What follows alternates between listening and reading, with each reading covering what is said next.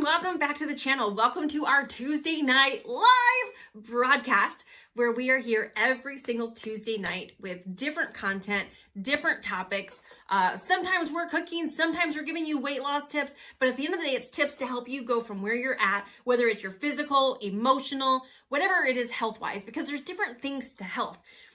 It's not just physical health, it's emotional health, spiritual health, all of those things. And so tonight, we do these about once every 6-ish weeks, and it is answering your questions. So I have pages of questions that have been sent in over since the last time we did this. And so we're going to get through as many as we can in the next little bit. If you happen to have a question, feel free to type it in the comments down below. There's no question that's off limits. I'm kind of an open book, especially when it comes to health and weight loss and what I went through and how I overcame it and all of that. If you are new here, or if you are not new here, but you have not taken a moment to smash that subscribe button, make sure to do that. Hit the subscribe button, ring the notification bell. Let me say hi down below. I love reading your comments, seeing where you're watching from, who's watching here on the channel. And yeah, so without further ado, let's go ahead and jump in, get to your questions, and see how many of these little suckers how many can we get through? All right. I'm like, all these questions, where do I start? I guess I'll just start right here, the top one. So this one actually was asked several times. So just a little bit of backstory. I lost 161 pounds going from a size 22 down to a size 2. And one of the questions is, has it been hard to maintain a size 2? And here's what I will say, okay? It has not been hard, but that is because I literally changed the person I was. So what a lot of people do when they lose weight is they change their outward habits. They change their outward actions is really what they do. And they look at weight loss as a destination versus a lifelong journey. They think when I lose these 50 pounds, when I lose these 100 pounds, when I lose these 200 pounds, whatever it is, then when I arrive at my goal body, then. And so, of course, when you are looking at weight loss as a destination, the way a destination works is when you set your GPS and the GPS gets you to your destination, the GPS then stops working. It stops telling you what to do. And so I looked at my weight loss journey as a journey. I looked at it as a marathon, not a sprint. It wasn't a destination that I was running to, and then as soon as I got there, I could stop. Because if that would have been the case, if I changed my actions to lose 161 pounds, and then all of a sudden, if I arrived and I stopped doing the things that caused me to lose the 161 pounds, I would stop getting those results. And I knew that.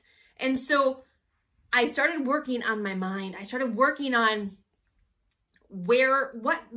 how did the size 2 Carmen think? How did the size 2 Carmen act? Never the mind of to lose weight, just FYI, just a gee whiz. To lose weight, you actually have to be in a calorie deficit. So most of the time I was losing weight, I ate about 1,200 calories a day, starting at 288 pounds all the way down to a size 2. I think for a moment I might have been up around 1,500 or 1,600, but then I dropped right down to 1,200 calories. To maintain a size 2, I eat between 1,650 and 1,850 calories a day, depending on the type of workouts that I'm doing. So I eat 50% more food maintaining my size than I did when I was losing weight. So it's much easier to maintain your weight than it is to lose your weight. Never the mind, I live an 80-20 life. So I still eat my favorite foods, just in moderation. So has it been hard to maintain my size? Not this time. All the other times, yes. In fact, this is the first time I've ever maintained it. But I made the change this time from the inside out. I treated it as a lifelong journey versus a destination that I'm getting to, and then I can stop. So that was the first question. All right, I saw a picture of you in a bikini. What did it feel like walking around in a bikini after being morbidly obese? I felt naked. And you have to use a lot more sunscreen. So that was the first thing. I remember putting on the bikini. And it had always been my goal to be able to wear a bikini. But you know, as somebody who's struggled with her weight most of her life, I never wore one. And, you know, I know we live in a world today where they make bigger bikinis for, you know, people, they make plus size bikinis, they make bikinis in every different size. And I think that's amazing for those people that have the confidence to be able to rock that. I did not. I was all about covering up my fluff. I certainly wasn't about exposing it to the world. Like, they couldn't see it anyway. It didn't matter how much it was covered up. The fluff was still there. But in my mind, covered up was better for me personally.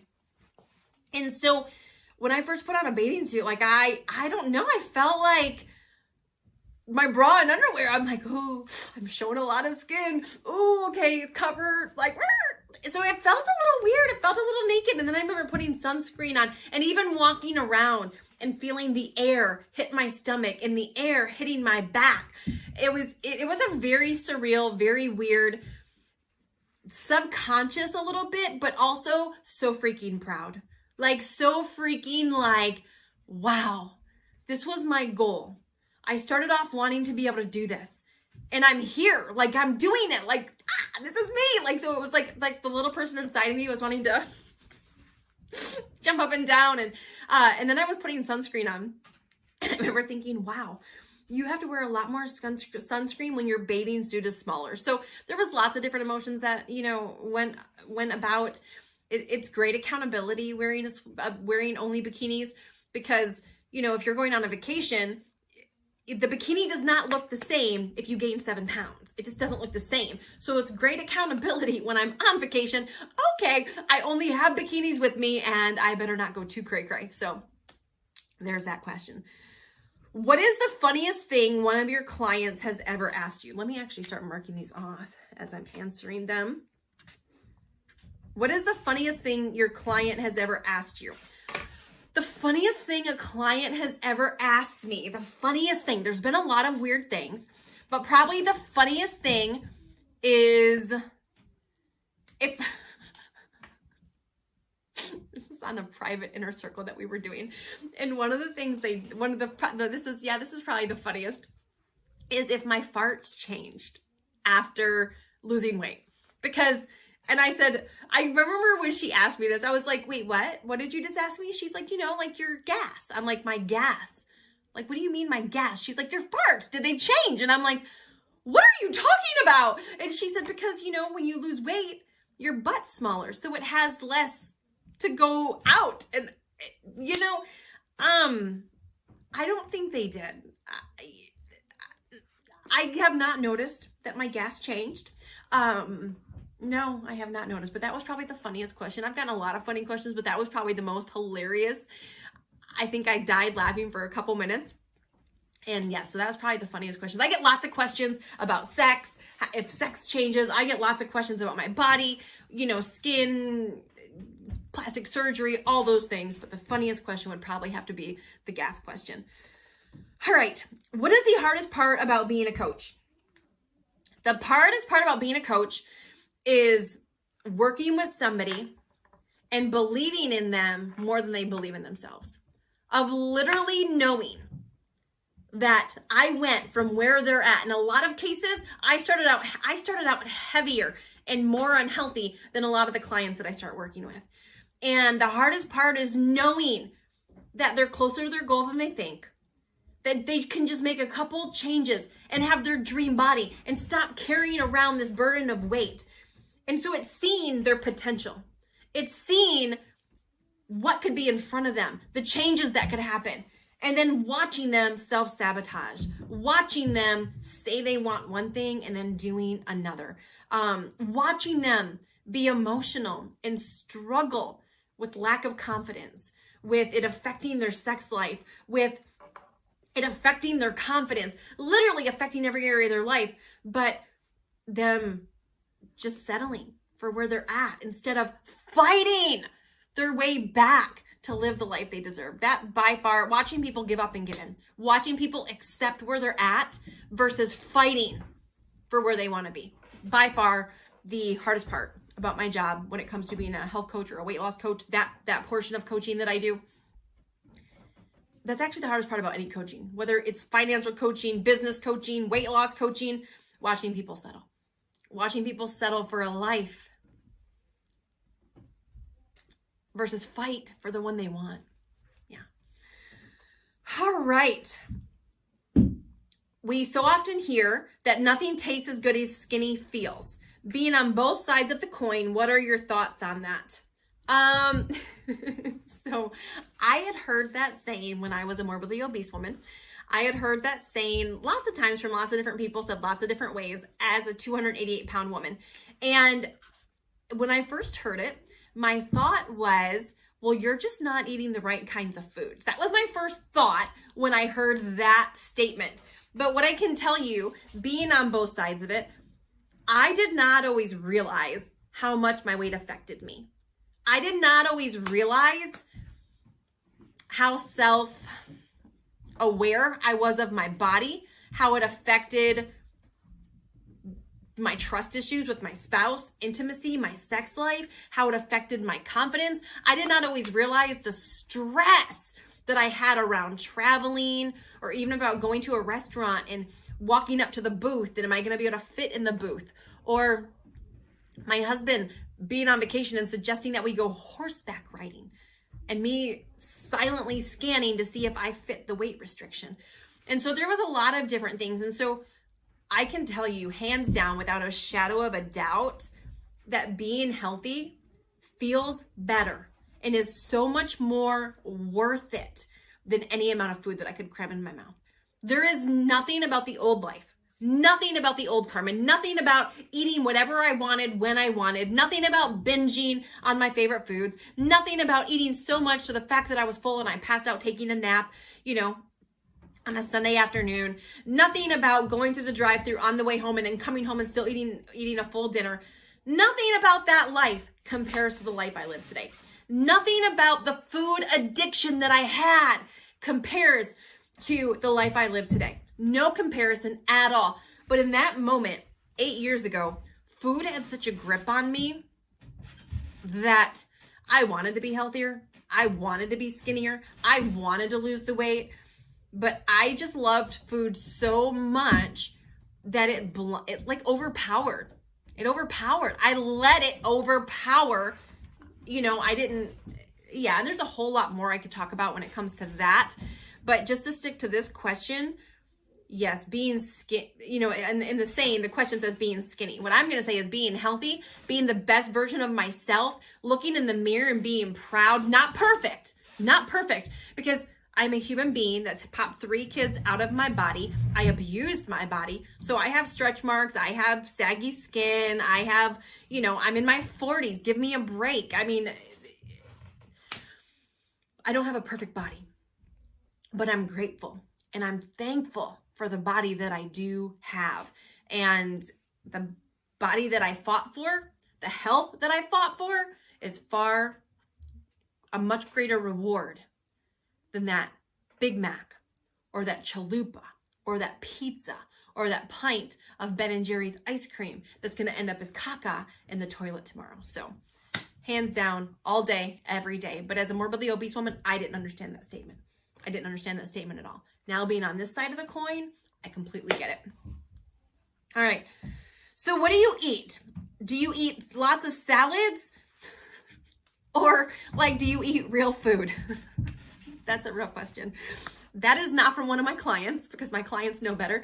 That's probably from somebody who found our channel here and you're curious, just like I was. I used to have a similar question. So, okay, honey, you lost all this weight. You're at a size 2. You suck on lemons and eat salad all day. No. So here's the deal.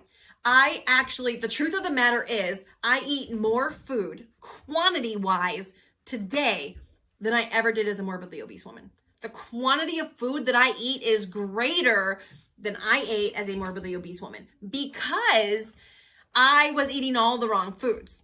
And there were even seasons of life where I would hardly eat during the day because I was addicted to work, and I was a slave to my business and my job, and I worked 80 to 90 hours a week and, all of those things. But And so I would eat most of my food at night, but I ate all the wrong foods, so I was still eating a ton of calories. So my point is today, I actually eat the quantity of food that I eat is more, but I eat healthy food 80% of the time. So 80% of the time, it's going to be your stereotypical healthy food. It's going to be your chicken breast with seasoning. I'm not just going to eat a boiled chicken breast. I get creative with spices and lemon and lime juice and salsa. I get creative to be able to inject flavor into my food because, again, I'm a former fluffy chick. Like, I know how to eat. I know what tastes good. You don't wind up at 288 pounds without knowing what tastes good and what to eat. So 80% of the time, it's going to be your vegetables without the butter, without the oil, with just the garlic salt, with the lean protein. And sometimes I do have salads and, it's going to be oatmeal. 80% of the time, it's going to be your stereotypical healthy food. 20% of the time, it is the pizza. It is the bacon double cheeseburger. It is the homemade vanilla ice cream with the chocolate magic shell on the top. It is the most stuffed, double stuffed, whatever kind of Oreos you bring me. I do not discriminate, except I'm not a big fan of just the regular single Oreos. It at least got to be double stuffed. For me, personally, I don't discriminate against any blizzards. I like them all. So 20% of the time is going to be my favorite foods. 80% of the time is going to be healthy foods. And so I never, even on a healthy food day, I'm still eating between 1,650 and 1,850 calories. It's just more food. That's all. And so, no, I don't just eat salads. I don't just drink lemon water. I eat regular food just like you do. I don't eat a lot of processed foods. On the 80%, it's most of the time like meats, vegetables, whole grains, whether it's pasta. I do eat pasta. I don't recommend cutting out food groups. I'm not a big fan of keto or anything like that removes food groups because, again, whatever you do to lose the weight, you're going to have to do to maintain the weight. So I'm a fan of eating all the food groups. I'm a fan of balanced diet. And can I just say, all the times in the past where I tried to cut out foods or I tried to cut out food groups, it would work for a certain amount of time. And then your body is very smart. Your body's very smart. So whatever you do to lose the weight, you better be prepared to do it to maintain it. That's all I'm going to say on that. All right. What made you make the change after being overweight for so long? It's a great question. It's a great question. So I was overweight for more than a decade and I tried lots of different diets and things to try to lose that weight. And I failed at all of them. And even when I seemed like I was having some success with some of them, it still ended up failing. Like even if I lost 50 pounds with one of them, I would always go gain that back. So which meant even I had short-term success and amounted in a long-term, the end result was still failure. And so what really made me make the change is I had just had our second baby. And so we had a 15-month-old and a newborn. And I had been to the pediatrician for my daughter's like couple week checkup or whatever. And they had given me a parenting magazine and my bag of stuff. And so I'm sitting at the table, kids are in bed. My husband was downstairs working and I'm flipping through this magazine. And I came across an article that talked about obesity and how children are 200 to 400% more likely to be obese based on their parents. And it gave all these different things. But at the time, I was morbidly obese. My husband was overweight, which meant our children had a 400% shot of struggling with their weight. And up until that point, I thought my weight only affected me. I thought that my choices only affected me. And I read that statistic. And I realized in that moment that this was not only affecting me, that this was going to have a long-term effect on my family, on my children, on my children's children's children. And then I just had this flash of when my kids get older, they're going to have to hire somebody to help them lose the weight, or they're going to have to struggle with this internal battle that I've struggled with because this is what I've passed down to them. This is the example that I chose to set. And I literally sat there at my table and I ugly cried. And I knew enough was enough. I knew this was no longer just about me that I needed to get a hold of this, if not for me and my own health and my own sanity and my own confidence and the fact that I deserve to live a healthy life, but for them. And so that night I made a decision. I drew a line in the sand and I said, enough is enough. And that's what got me started, was the thought or the fear even of one day my kids growing up saying, I don't want to be like my mom. She was morbidly obese and now I'm overweight and I didn't want to set that example. I wanted to be an example of not of perfection, but of someone who has their health as a priority. And listen, I know I can't control my kids, and I know that there's people that can, live a great healthy life and their kids can go off and make different decisions, and that's fine. But I know it's not going to be because I didn't lead by example. I know it's not going to be because I didn't show them what balance looks like. And my kids are being taught that. My kids aren't I don't reward my kids with food. Why? Because I was an emotional eater. And that started from the time I was a child, and I was being rewarded with food for a job well done, or I was being punished with food for not finishing my dinner, or not even learning as a child what a serving size was. So saying, hey, can I have some chips? And literally eating chips out of the bag or filling the bowl. Like, my kids know, yeah, if you want chips, they know to see what the serving is. They know on a bag of mini Oreos to turn it over if they want them and see what a serving is. For them, that's just normal life. So equipping them with the skills that I had to equip myself with as an adult as an early age. And again, not guaranteeing anything, but certainly setting them up to succeed versus what I was doing, which is setting them up to fail. And so I have this lump in my throat right now. That question, man, because I can still go back to that night, sitting at that table and all those feelings and all those thoughts. And yeah. All right. Last question. I still have pages. I haven't even got off the first page yet, but last question. I lost, here, we'll go with this one. I lost 2.5 pounds yesterday morning, and then I got on the scale today and I gained 1 pound. My nutrition was perfect. I even worked out. What the heck? Question mark, exclamation point, question mark, exclamation point. They're serious about that question. All right, so here's what I will say on this. Our bodies are not a machine, and our bodies are our bodies. And our bodies don't always do exactly what we think they should do, or they don't always react how we think they should react in the moment. And so your weight will fluctuate, and you will actually start to learn what the habits of your body is.